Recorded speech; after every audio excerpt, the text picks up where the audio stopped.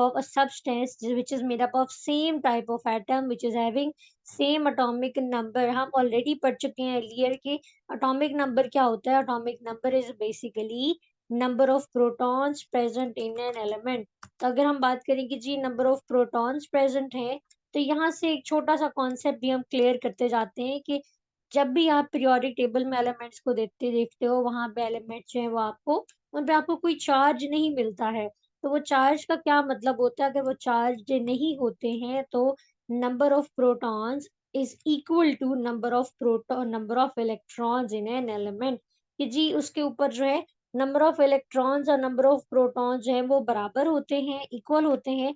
तो उसके ऊपर कोई भी चार्ज आपको नहीं मिलता है. तो इसको हम लिख के देख लेते हैं कि जी इस बात से हमारा क्या मतलब था.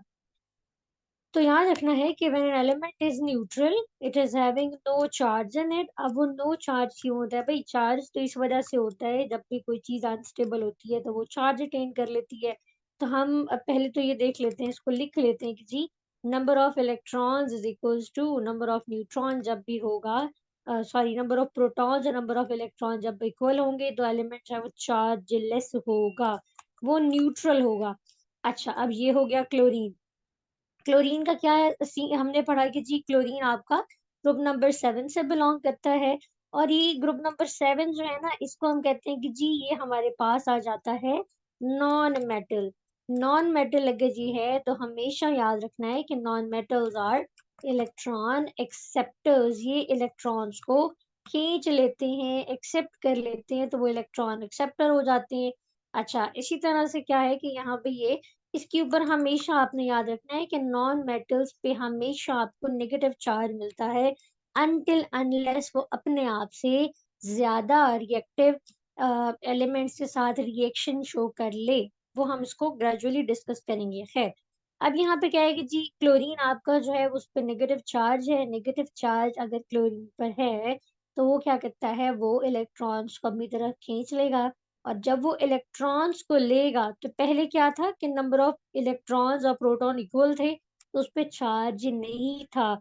अब वो अगर इलेक्ट्रॉन एक्सेप्ट करेगा तो the charge on the chlorine will be negative. तो नॉन मेटल्स में नंबर ऑफ इलेक्ट्रॉन्स हैं वो ज्यादा होते हैं, इसीलिए नंबर ऑफ इलेक्ट्रॉन्स के ज्यादा होने की वजह से उसके ऊपर नेगेटिव चार्ज भी ज्यादा आ जाता है. यहाँ तक होगी हमारी एक सिंपली एनाइन की बात. अच्छा, अगर ये चार्ज ले लेगा ज्यादा तो इसमें हम कहेंगे कि जी एनाइन बना रहे हैं. अब इसी तरह से मेटल जो है, मेटल्स क्या करते हैं कि मेटल्स हैं they are the electron accept electron donor. तो जितना ज्यादा वो इलेक्ट्रॉन डोनेट करेंगे उतना ही अच्छे वो मेटल्स कहलाएंगे और उसके साथ बाकी प्रॉपर्टीज एसोसिएटेड हैं. तो मेटल्स क्या होते हैं कि वो इलेक्ट्रॉन डोनेट कर रहे होते हैं. और हमेशा याद रखना है जैसे कोई चीज हम दे दें किसी को तो हम ना बड़ा पॉजिटिव वाइब्स आती है कि हमने बड़ा अच्छा काम किया है. इसी तरह से अगर मेटल्स इलेक्ट्रॉन डोनेट कर देते हैं तो वो क्या करते हैं कि जाहिर है नेगेटिवली चार्ज इलेक्ट्रॉन चला गया और उनके पास पॉजिटिवली चार्ज प्रोटॉन्स बच जाएंगे. तो यहाँ पे पॉजिटिवली चार्ज प्रोटॉन्स का जो नंबर है वो इंक्रीज हो जाएगा. तो जैसे ही पॉजिटिवली चार्ज प्रोटॉन्स का नंबर इंक्रीज होता है तो हम कहते हैं कि जी हमारे पास मेटल्स पे पॉजिटिव चार्ज आ गया है. ये तो थोड़ा सा मैंने आपको इंट्रोडक्शन दे दिया कि एटॉमिक नंबर एग्जैक्टली होता क्या है. Further, it cannot be decomposed into the simple substances by ordinary chemical means. आप इसको decompose नहीं कर सकते, आप इसको break down नहीं कर सकते.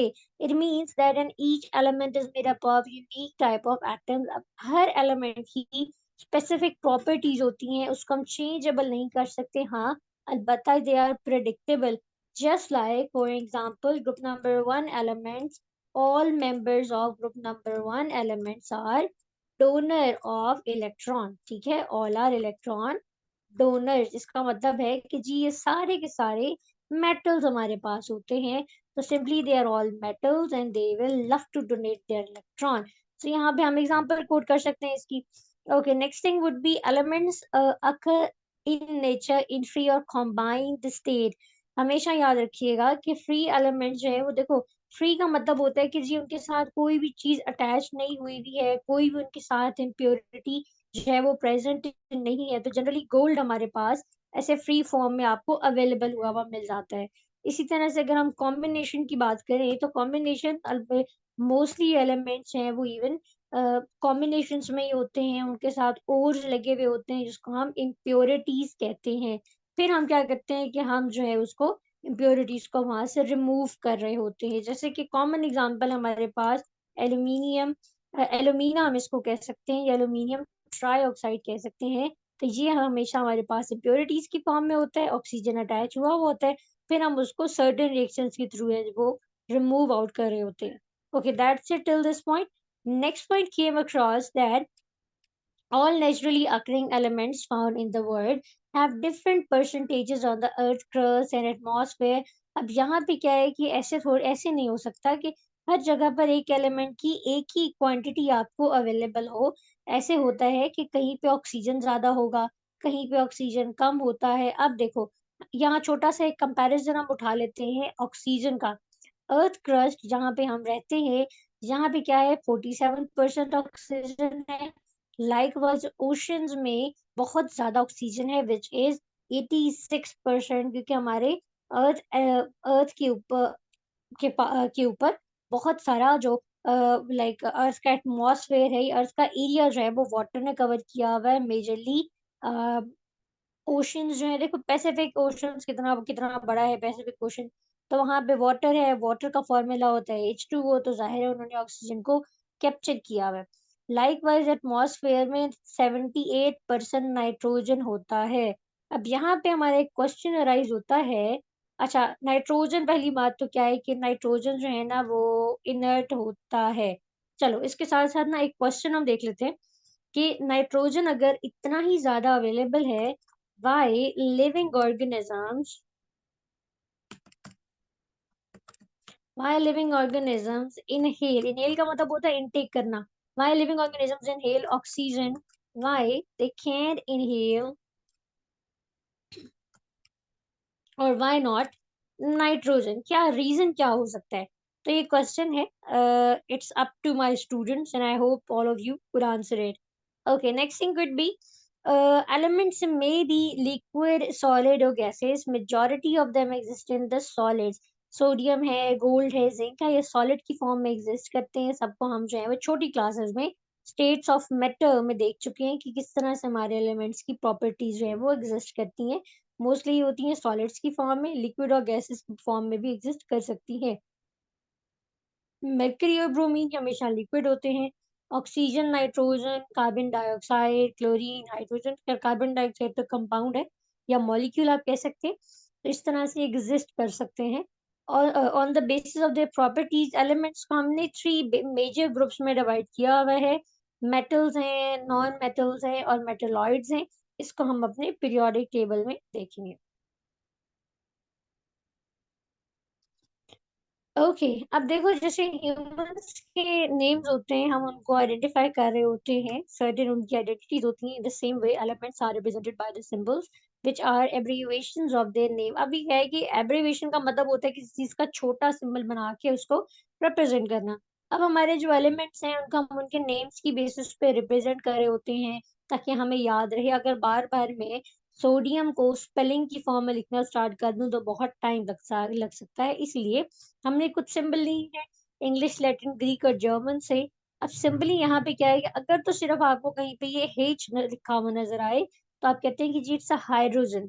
N is going to represent nitrogen. इसको कभी भी आपने N2 नहीं लिखना एक्सेप्ट कि आप कोई रिएक्शन परफॉर्म कर रहे हो या फिर ये स्टेबिलिटी की फॉर्म में चला जाए, तो जनरली हम N को ही रिप्रेजेंट कर रहे होते हैं। अच्छा, कार्बन है, कार्बन कभी भी C2 हो ही नहीं सकता।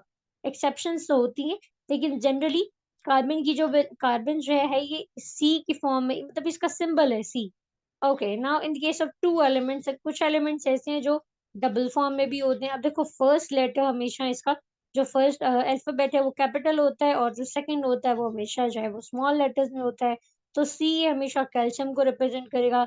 सोडियम है, तो बच्चे हमेशा गलती कर जाते हैं कि जी अगर ये कैल्शियम सी हो सकता है तो सोडियम SO क्यों नहीं हो सकता। It's not the thing. Na हमेशा आपको सोडियम को रिप्रेजेंट करेगा। क्लोरीन ऑल दो डायटोमिक है लेकिन इसका सिंबल जनरली हम Cl में यूज करते हैं ताकि हम NaCl जब लिखें तो हमें फॉर्मुलेशन में कोई गलती ना लगे, जो कि कॉमन टेबल सॉल्ट का फॉर्मूला होता है। Okay. Next concept is going to be the unique property of an element which is called as valency. Valency basically क्या होता है? It is a capacity or ability of an element with the other elements to make the bonds. अब यहाँ पे simple सा concept ये है कि देखो जैसे ह्यूमंस होते हैं ना, हमारे दो हाथ होते हैं, दो पाँव हैं, तो हम इस तरह से जी हाथ मिला के तो किसी के साथ हैंड शेक कर सकते हैं। तो इसी तरह से ये ह्यूमन तो नहीं लग रहा कहीं से। वेल, तो लेट्स से कि कोई भी ऐसी चीज़ है, अब इसके अटैचमेंट पॉइंट्स हैं जिनसे ये अटैच हो सकता है, उस चीज़ को हम कहेंगे कि it is the valency of an element with which it is making bond. Okay, now the unique property of element is called valency. It is it's combination और कंबाइनिंग कैपेसिटी, या ये कितनी कितनी मर्तबा किसी चीज़ से बॉन्ड बना सकता है, हम इसको कह सकते हैं valency of an element. It depends upon the number of elements present in the outermost shell. Okay, अब यहाँ से जो है वो टू फैक्ट्स निकलते हैं। एक तो ये है कि either it could accept the electron, either it could donate the electron. अगर तो डोनेट करेगा तो हम पढ़ चुके हैं कि वो मेटल है, अगर एक्सेप्ट करेगा तो it will be the non metal. Okay, so next thing came out to be is that uh, in a simpler covalent bond. Okay, हमेशा याद रखिएगा कि covalent bond is made by the sharing of the electron pairs. So when it is sharing the electron pairs, तो हम कह सकते हैं कि जी ये sharing of electron, it will be making the covalent bonding. Okay, so I'm going to write it down like covalent sharing of electron will be covalent bonding. Okay, likewise अगर यहाँ पे electron की transformation हो तो वो हो जाएगा ionic bonding. Okay, next thing would be that valency is the number of hydrogen. So when it looks to the carbon, देखो कार्बन क्या करता है कि कार्बन की हमेशा वैलेंसी 4 होती है। कार्बन के 4 अटैचमेंट पॉइंट्स आप कह सकते हैं जिससे वो सर्टेन एलिमेंट्स के साथ अटैच हुआ हुआ होता है। अच्छा, यहाँ पे क्या है, देखो हाइड्रोजन है। हाइड्रोजन जो है ना, इसका बिहेवियर बड़ा थोड़ा अजीब सा होता है। ये मोस्टली पॉजिटिव चार्ज हो रहा होता है। तो यहाँ पे मतलब इस पे +1 इसकी वैलेंसी है, इसका मतलब है कि ये अपना एक इलेक्ट्रॉन जो है वो शेयर कर सकता है। इसी तरह से अब क्लोरीन है। क्लोरीन ने सिर्फ इलेक्ट्रॉन एक्सेप्ट करना है। एक आधा केस है जिसमें ये शेयर कर सकता है, अदरवाइज ये जो है इसकी वैलेंसी हम कहते हैं कि जी -1 है। इसका मतलब है कि ये 1 इलेक्ट्रॉन ले सकता है, और अगर हाइड्रोजन की +1 है तो इसका मतलब है कि वो 1 इलेक्ट्रॉन इसके डोनेट कर सकता है। तो यहाँ पे अच्छा, इसी तरह से हमारे पास ऑक्सीजन है। ऑक्सीजन की वैलेंसी हमेशा हमेशा हमेशा -2 रहती है, एक्सेप्ट वो ग्रुप नंबर 7 के एलिमेंट्स के साथ बॉन्ड बना ले, जिसको हम पीरियोडिक टेबल में जरा डिटेल में देख लेंगे। ओके, लाइकवाइज अब ये ऑक्सीजन जो है इट कैन डोनेट 2 इलेक्ट्रॉन। ये 2 इलेक्ट्रॉन सॉरी एक्सेप्ट कर सकता है। हाइड्रोजन अभी हमने पढ़ा, उसकी वैलेंसी +1 होती है। तो अब हमें ये देखना है कि देखो ऑक्सीजन के पास है वैलेंसी -2। अगर आप उसको 2 इलेक्ट्रॉन्स दे देंगे तभी वो स्टेबल होगा, वरना वो अनस्टेबल रहेगा, दूसरों के इलेक्ट्रॉन्स को अट्रैक्ट करता रहेगा। तो हम क्या करेंगे कि देखो हमने इसके साथ अगर 1 हाइड्रोजन अटैच किया है, तो वो जो 1 हाइड्रोजन है, वो क्या करता है कि उसको स्टेबल तो कर देगा समहाउ, लेकिन अभी उसको एक और चाहिए प्रोट इलेक्ट्रॉन। तो हम we will attach 1 another hydrogen, it will be making it as +1। अच्छा, ये हो गया। अब हमारा ये जो N है, इसको हम कहते हैं कि जी इसकी वैलेंसी है -3। ये 3 इलेक्ट्रॉन्स को अट्रैक्ट करेगा। ये रहे आपके पास 3 प्रोटॉन्स। हाइड्रो और कार्बन की वैलेंसी हमेशा, अच्छा कार्बन की जो है ना बेटे वो होती है 2 वैलेंसीज़।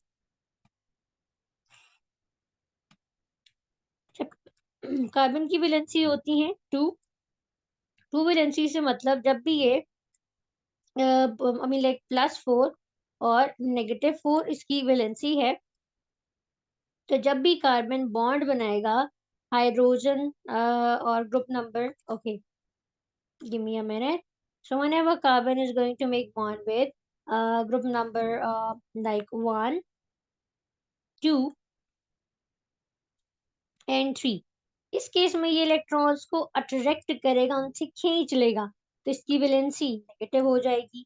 इसी तरह से अगर कार्बन अपने इलेक्ट्रॉन्स को डोनेट कर देगा या कार्बन के इलेक्ट्रॉन्स कोई दूसरा एलिमेंट जो है वो अट्रैक्ट करेगा एज एन ग्रुप नंबर 5, 6, 7, तो कार्बन बेचारा रोने लग जाएगा। और वो पॉजिटिव फील करेगा कि अब मुझसे भी कोई ले रहा है। मतलब ये ऐसे है कि just like you a carbon, आपसे छोटे सिबलिंग्स भी हैं, आपसे सीनियर सिबलिंग्स भी हैं। तो अगर आप खुद से किसी छोटे को कुछ दे रहे हैं, मतलब आप अगर किसी छोटे से कुछ ले रहे हैं, तो यू विल बी फीलिंग कि मैं अगर उसे अट्रैक्ट कर रहा हूँ, तो it's not a good thing. तो उस केस में आप में नेगेटिव चार्ज हो जाएगा। लेकिन अगर आपसे बड़े आपसे कुछ ले रहे हैं, तो वो नेगेटिव फील करेंगे और आप थोड़ा पॉजिटिव फील करते हो। Okay, now next thing would be, अब ये होता क्यों है भाई, एलिमेंट्स क्यों इलेक्ट्रॉन्स दे रहे होते हैं, वैसे भी तो रह सकते हैं। तो हमें इसको स्टेबल करना होता है। The fact is, the simple ionic compound's valency is the number of electrons gained or lost by an atom to complete an octet। भाई उसके आउटर मोस्ट शेल में हमें हमेशा, चाहे मेटल है चाहे नॉन मेटल है, हम उसके आउटर मोस्ट शेल को फुलफिल रखना है। हम चाहते हैं कि अगर उससे कोई इलेक्ट्रॉन रिमूव हो गया है, उसकी नॉर्मल वैलेंसी से वो चेंज हो गया है, तो हम उसका आउटर मोस्ट शेल को स्टेबल करके रखते हैं, हम उसको इवन नंबर में कन्वर्ट कर they generally. Elements having less than 4 electrons in their valence shell will love to donate the electron। मतलब ऑब्वियसली ग्रुप नंबर 1 2 3 4 है, तो वो इलेक्ट्रॉन अपना शेयर करेंगे, वो उनको अच्छा लगेगा। अगर वो इलेक्ट्रॉन किसी को शेयर कर दें, डोनेट कर दें, तो उनकी वैलेंसी जो है वो इजीली सेटिस्फाई हो जाएगी। एज ए ग्रुप नंबर 1 का सोडियम है, 1 इलेक्ट्रॉन डोनेट कर रहा है। मैग्नीशियम हम इसको कहते हैं, यहाँ पे 2 इलेक्ट्रॉन डोनेट कर रहा है। और अगर एल्यूमिनियम है, तो it will donate the 3 electrons in their valence shell respectively. अगर ये देखो, अब अगर तो इलेक्ट्रॉन डोनेट, बल्कि ये सब करते ही डोनेट है, तो +1 +2 +3 उनकी वैलेंसी हो जाती है। इसी तरह से group number elements having 5 or more than 5 electron in their valence shell, वो इलेक्ट्रॉन गेन करते हैं। मतलब ग्रुप नंबर 5 6 7 जो है वो इलेक्ट्रॉन्स को डोनेट कर एक्सेप्ट करना प्रेफर करते हैं। सो सिंपली अब देखो, मजेदार बात ये कि ग्रुप नंबर 1 2 3 की वैलेंसी कितनी है, +1 +2 +3, सबकी जो उसमें आते हैं। ग्रुप नंबर लाइक 5 6 और 7 की जरा इन्वर्स हो जाती है। नाइट्रोजन जो है उसको 3 इलेक्ट्रॉन्स रिक्वायर होते हैं, वो अट्रैक्ट कर सकता है। सो ऑक्सीजन 2 इलेक्ट्रॉन्स को अट्रैक्ट करेगा, और 7 में हेलोजन ये 1 इलेक्ट्रॉन को एक्सेप्ट करेगा। तरह रेडिकल ग्रुप, अच्छा ये भी एक चीज होती है कि रेडिकल ग्रुप क्या होता है, it's a group of atom that are having some charges on them. ये थोड़े से चार्ज ग्रुप होते हैं, और ये मतलब पॉजिटिव चार्ज भी हो सकते हैं, और they could be having negative charges on them. Next thing came out to be, here are the symbols है यहाँ पे। तो देखो सोडियम है, तो Na से हम उसको शो करते हैं इसी पर, चाहे वो 1 मतलब एक इलेक्ट्रॉन दे सकता है, तो ये ऐसे ऐसे करते करते मतलब जितने इलेक्ट्रॉन वो दे रहे हैं यहाँ पे, हम फिलहाल यहाँ तक हम नाइट्रोजन तक इसको मेमोराइज करेंगे कल तक की क्लास के लिए।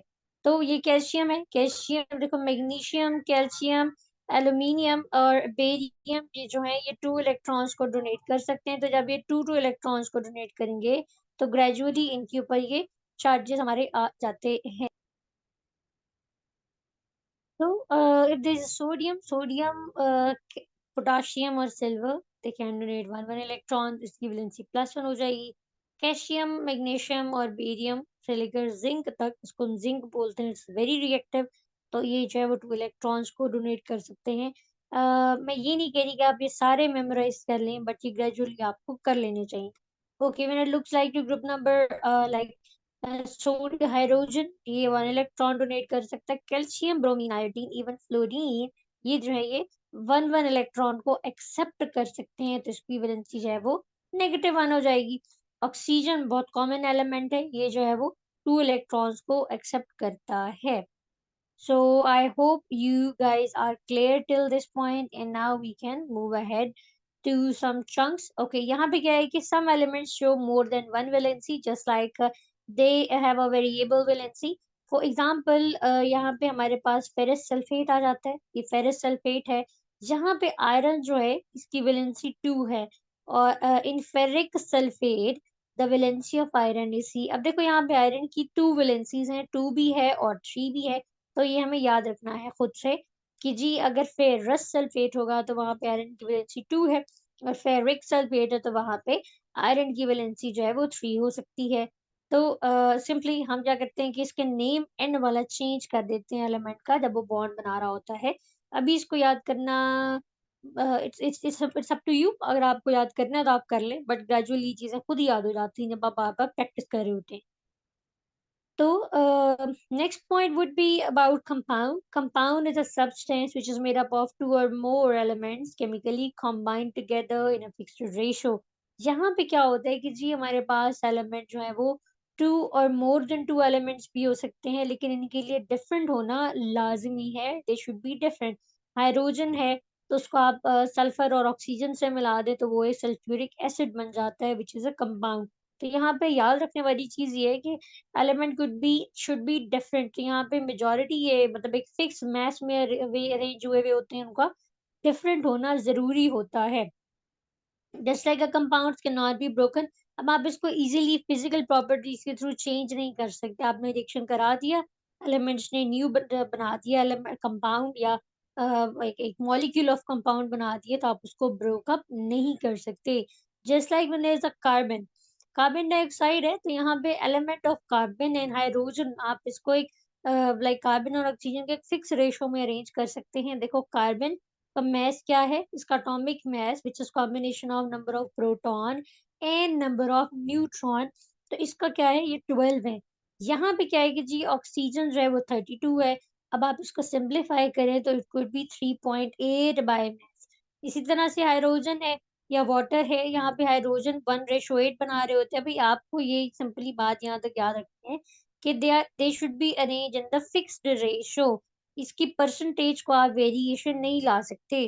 कंपाउंड जो है वो आयनिक भी हो सकते हैं, वो कोवलेंट भी हो सकते हैं। आयनिक ऐसे हो सकते हैं कि आप एक एलिमेंट से जो कि सोडियम था या कोई भी पॉजिटिवली चार्ज या मेटल था, वहाँ से एक इलेक्ट्रॉन उठा के ट्रांसफर कर दें नॉन मेटल को।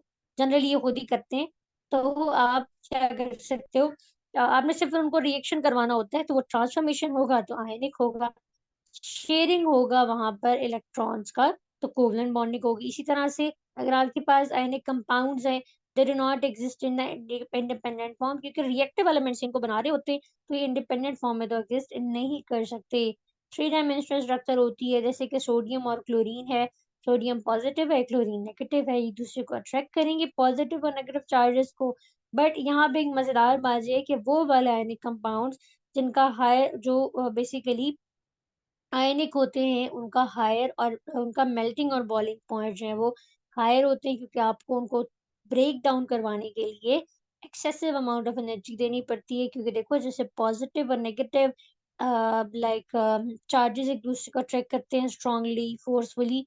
इसी तरह से मेल्टिंग और बॉइलिंग पॉइंट्स को एनहांस करने के लिए मतलब अगर हमें इनको ब्रेकअप करना है, तो हमें जो है एलिमेंट्स की जो क्या उसको कहते हैं कि उनके अपोज़िट चार्जेस को ब्रेक करना पड़ता है, उनके फोर्सेस ऑफ अट्रैक्शन को रिड्यूस करना पड़ता है। सिंपली जब two friends are sitting together in a class तो हमें उनकी बॉन्डिंग को तोड़ने के लिए बहुत ज़्यादा एनर्जी लगानी पड़ती है टीचर्स को कि आप यहाँ मत बैठें, you shouldn't be that louder, इस तरह की चीज़ें। तो इसी तरह से कंपाउंड्स का भी यही केस होता है। तो हमें उनको ब्रेक करने के लिए ज़्यादा मेल्टिंग बॉइलिंग पॉइंट देने पड़ते हैं। The covalent compounds exist in the molecular form. अगर ये मोलेकुलर फॉर्म में है तो ये क्या कहते हैं कि इनका एक हम कोवलेंट कंपाउंड्स को बेसिकली इनका एक फ़ॉर्मूला मॉलिक्यूलर फ़ॉर्मूला होता है। मॉलिक्यूलर फ़ॉर्मूला एक चीज़ होती है, एक एम्पिरिकल फ़ॉर्मूला होता है। मॉलिक्यूलर फ़ॉर्मूला में आप एग्ज़ैक्ट नंबर लिख देते हो कि जी कितने यहाँ पे आपके पास नंबर ऑफ एटम्स एक दूसरे से अटैच हैं। एग्ज़ैक्ट एक-एक बात आप लिखते हो। और अगर हम ओवरव्यू तो हम कहते हैं कि जी वहाँ पे हमारे पास